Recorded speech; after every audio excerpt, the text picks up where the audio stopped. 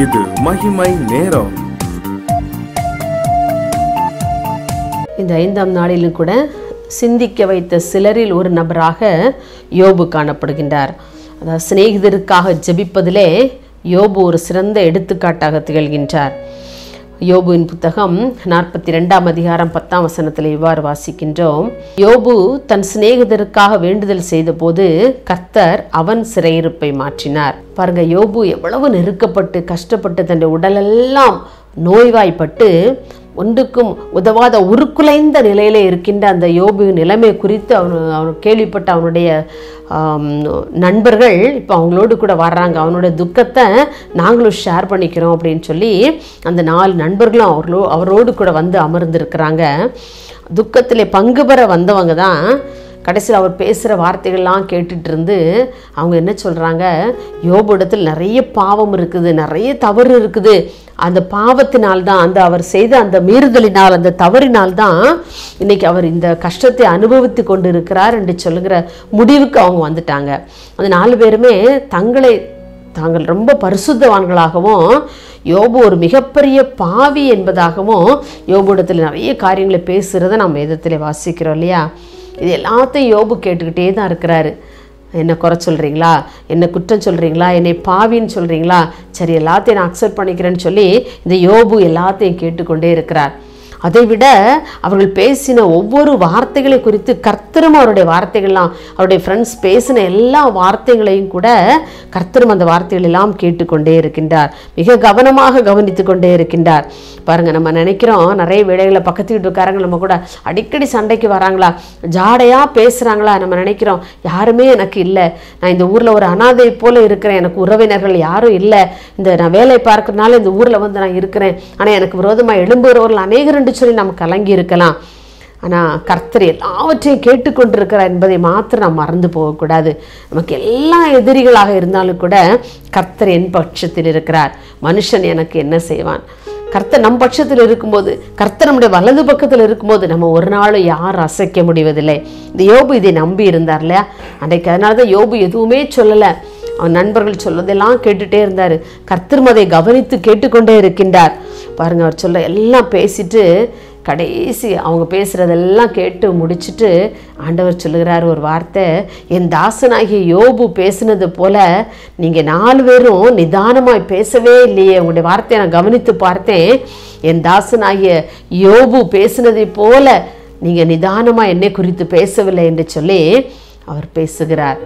பாருங்கள், உடனே அவர் சொல்கிறார், அப்போ அதுக்கு நாங்கள் என்ன செய்ய ஆண்டவரே நாங்கள் அப்படின்னு அவங்க யோசிக்கும்போது ஆண்டவர் சொல்கிறாரு, நீங்கள் 7 காளைகளையும் 7 ஆட்டுக்கடாக்களையும் நீங்கள் கொண்டு வந்து யோபுடத்தில் கொடுங்க. நீங்கள் பலியிட வேண்டாம், யோபு தான் பலியிடணும். யோபு பலியிட்டு அவன் என்கிட்ட வந்து உங்களுக்காக வேண்டுதல் செய்வான். அப்போ நான் உங்களுடைய தவறுகள் எல்லாம், உங்களுடைய மீறுதல்களை எல்லாம் மன்னிப்பேன் அப்படின்னு சொல்கிறாரு. பாருங்கள், நாம் ஆண்டவரிடத்தில் யோபுவை போல உண்மையும் உத்தமமாய் நான் வாழும் பொழுது நம்ம வேதத்தில் வாசிக்கிறோம் இல்லையா, ஒருவனுடைய வழிகள் கர்த்தருக்கு பிரியமாக இருந்தால் அவனுடைய சத்துருக்களும் அவனோட கூட சிநேகமாகும்படி அவர் செய்வார் என்று சொல்லி பாருங்க. அப்போ யோபினுடைய வழிகள் ஆண்டவருக்கு ஒரு பிரியமான வழியாக இருந்தது. அதனால தான் அவனுடைய சத்துருக்களும் அவரோட கூட சிநேகமாகும்படி ஆண்டவர் உதவி செய்கின்றார். அப்போ நீங்கள் எனக்காக பலியிடாண்டா, நீங்கள் பேசின வார்த்தைகள்லாம் என் மனசுக்கு ரொம்ப விசனமாக இருக்குது. ஆகையினாலே நீங்கள் உங்களுடைய பாவ நிவிருத்திக்கென்று செய்ய வேண்டிய வேலையை யார் செய்யணும்? யோபு செய்வார். அப்போ நான் உங்களுக்காக என்ன செய்வேன்? மனம் இறங்குவேன் என்று சொல்லி ஆண்டவர் சொல்லுகின்றார்.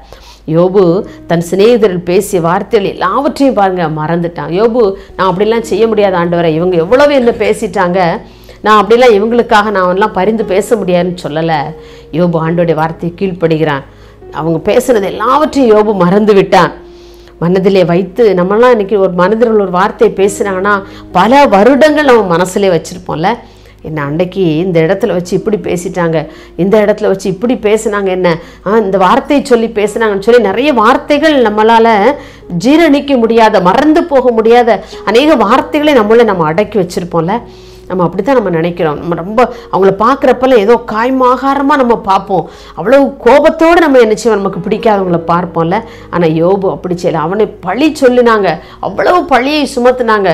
நீ தவறு, நீ பாவி, நீ குற்றம் செய்தவன் என்று சொல்லி அவன் மேலே பழிக்கு மேலே பழியை போட்டுக்கொண்டே இருந்தாங்க அவனுடைய ஃப்ரெண்ட்ஸ் எல்லாம். ஆனால் யோபு அது எல்லாவற்றையும் எதையுமே நினச்சி பார்க்கல. எல்லாவற்றையும் மறந்தவனாக அந்த பலியிட்டு ஆண்டவரை நோக்கி முறையிட்ட, ஆண்டவரே என்னுடைய சிநேகிதர் செய்த எல்லா பாவத்தையும் நீங்கள் மன்னிங்கப்பா அப்படின்னு சொல்லி தன்னுடைய சிநேகிதருக்காக அவன் வேண்டுதல் செய்தான். ஆகினாலே அன்றைக்கு ஆண்டவர் அவனுடைய யோபுடைய ஜெபத்தை கேட்டு அவனுடைய சிநேகிதர் பேசி எல்லா வார்த்தைகளையும் ஆண்டவர் மன்னித்தார் என்று சொல்லி நாம் வேதத்திலே வாசிக்கின்றோம்.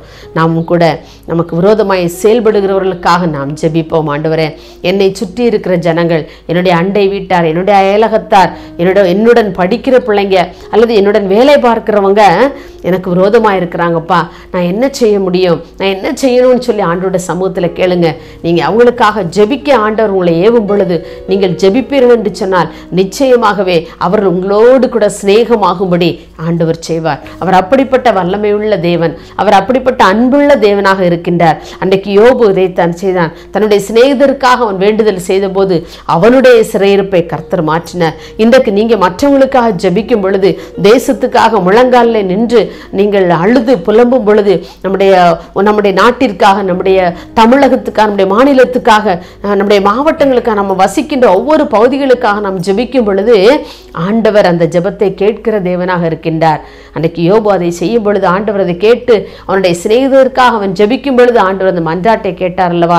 அதே போல நம்முடைய வாழ்க்கையிலும் கூட நம்முடைய குடும்பத்துக்காக, நம்முடைய சிநேகிதருக்காக, நம்முடைய அண்டை அயலகத்தாருக்காக ஒருவேளை நமக்கு அவங்களுக்கு விரோதமாய் காரியங்களை செய்து கொண்டே இருந்தாலும் அவங்களுக்காக நாம் பாரத்தோடு ஜெபிக்கும் பொழுது நம்முடைய சிறையிருப்பு, நம்முடைய கட்டுக்கள் ஒவ்வொன்றாக அவிழ்ந்து விழுவதை நம்முடைய வாழ்க்கையில நாம் காண முடியும். எப்படிப்பட்ட கஷ்டமான சூழ்நிலையில் நாம் வாழ்ந்து கொண்டிருந்தாலும் நாம் பிறருக்காக நாம் ஜெபிப்பதை மாத்திரம் நாம் மறந்து போகாமல் அவர்களுக்காக நாம் ஜெபிக்கும் பொழுது நம்முடைய வாழ்வை ஆண்டவர் ஆசீர்வதித்து தருவார். கர்த்தர் கேட்டு நம்மையும் எல்லாவித சிறையிருப்பிலிருந்தும் நம்மை அவர் மாற்ற வல்லவராயிருக்கிறார். அவருடைய சமூகத்தில் நாம் கேட்போமா? மகா இரக்கம் கிருபை நிறைந்த அன்புலே சுவாமி, இந்த 5ஆம் நாளின் காலை வேளைக்காக உம்மை நன்றியோடு துதிக்கிறோம்ப்பா. நாங்கள் யோபுவினுடைய வாழ்க்கையை நாங்கள் சிந்தித்து பார்த்தோம் ஆண்டவரே. யோபு தன்னுடைய சிநேகிதருக்காக ஜெபித்த பொழுது நீர் அவனுடைய சிறையிருப்பை மாற்றினீங்க ஆண்டவரே. அப்பா, நீங்கள் அதே போல் இன்றைக்கி நாங்களும் கூட எங்களுக்கு விரோதமாய் செயல்படுகிறவர்கள் ஒரு கஷ்டத்தில் பாதையில் நடந்து போய் கொண்டிருந்தாலும் நாங்கள் அதை ஆண்டவரே சந்தோஷமாக எண்ணாதபடி அவர்களுடைய கஷ்டங்களிலே நாங்களும் பங்கெடுத்து அவர்களுக்காக ஜெபிக்கிற பிள்ளைகளாக நாங்கள் வாழும்படியான ஆண்டவரே ஒரு கிருபை எங்களுக்கு நீர் தந்து எங்களை வழிநடத்தும்படியாக ஜெபிக்கிறோம். மற்றவர்கள் கஷ்டப்படும் போது, துன்பப்படும் பொழுது, துயரப்படும் போது அப்பா நாங்களும் அவர்களோடு கூட இணைந்து அவருடைய துக்கத்திலும் துன்பத்திலும் பங்கு பெறுகிற பிள்ளைகளாக ஆண்டவரே, அவருடைய துக்கத்தை நாங்கள் ஷேர் பண்ற பிள்ளைகளாக காணப்பட ஆண்டவரே எங்களுக்கு நீ கிருபை தரும்படியாக ஜெபிக்கிறோம். அப்படிப்பட்ட கிருபைகளை தந்து மற்றவர்களுக்காக ஜெபிக்கிற ஒரு பாரத்தை நீர் எங்கள் மீது வைக்கும்படியாக ஜெபிக்கிறோம் ஆண்டவரே. அப்பா, நீங்க அப்படி செய்ய போறதற்காக உமக்கு நாங்கள் நன்றி செலுத்துறோம். உடைய கிருபை ஒவ்வொருவரையும் தாங்கும்படியாக நாங்கள் ஜெபிக்கிறோம் ஆண்டவரே. ஜெபிப்பதிலே நாங்கள் அசதியாயிராதபடி மற்றவர்களுக்காக ஜெபிப்பதிலே நாங்கள் வாஞ்சியுள்ள பிள்ளைகளாக காணப்பட கர்த்தர்களுக்கு உதவி செய்யும்படியாக ஜெபிக்கிறோம். அப்படியே நீர் எங்களுக்கு செய்ய போறதற்காக உமக்கு நன்றி செலுத்துகிறோம். இயேசுவின் நாமத்தில் பிதாவே, ஆமேன்.